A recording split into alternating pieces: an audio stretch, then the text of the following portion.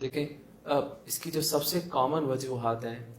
وہ یہ وجوہات ہیں کہ سب سے پہلے یہ پیشنٹ جب میرے پاس آتے ہیں تو آئی تھنک میرا فوکس ہوتا ہے یہ جاننا کہ آیا ان کو کوئی انفیکشن تو نہیں ہے، انفیکشن میں بھی یورین بار بار آتا ہے، آیا ان کو کڈنی کی یا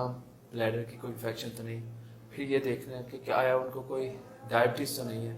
اور کیا ان کو پروسٹیٹ کا پرابلم تو نہیں ہے، بالخصوص اگر پروسٹیٹ کا یہ پرابلم، چونکہ پروسٹیٹ صرف میلس میں ہوتا ہے تو یہ میل کے لیے پرٹیکولر ہے۔ پھر کچھ ایسے پیشنٹس ہوتے ہیں جن کی کڈنیز کے اندر کنسنٹریٹ کرنے کی صلاحیت نہیں ہوتی،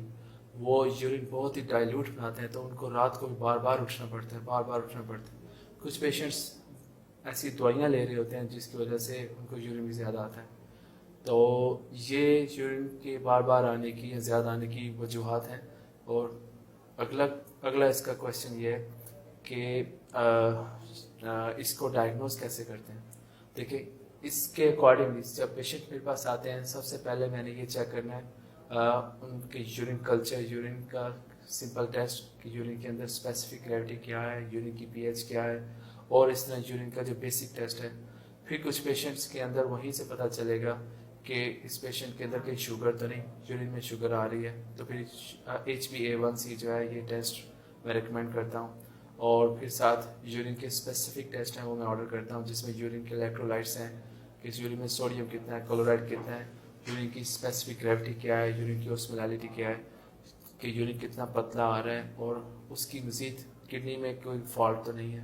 یا کہ صرف یہ شوگر ایسا کر رہی ہے۔ تو پھر ان ٹیسٹ سے ہی اگلے اسٹیپ پہ چلتا ہے، جا کے ان کو چیک کرنا ہے۔ اگلا اسٹیپ یہ ہے کہ ان کو ٹریٹ کیسے کرنا ہے۔ دیکھیں، جو اس کی متعلقہ وجہ ہوگی اس کے اکارڈنگلی ہے، جس کو انفیکشن ہے ہم اس کو اینٹی بایوٹک دیں گے، جس کو شوگر ہے اس کو شوگر ٹریٹ کریں گے، اور جس کو ڈائبٹیز انسپیڈس ہے یا پروسٹیٹ کا پرابلم ہے اس کے اکارڈنگلی اس کو ٹریٹ کریں گے انشاءاللہ۔ اب میں یہ چاہتا ہوں کہ میرے پیشنٹس کو یہ پتہ ہو کہ ڈاکٹر کو کب کنسلٹ کرنا ہے۔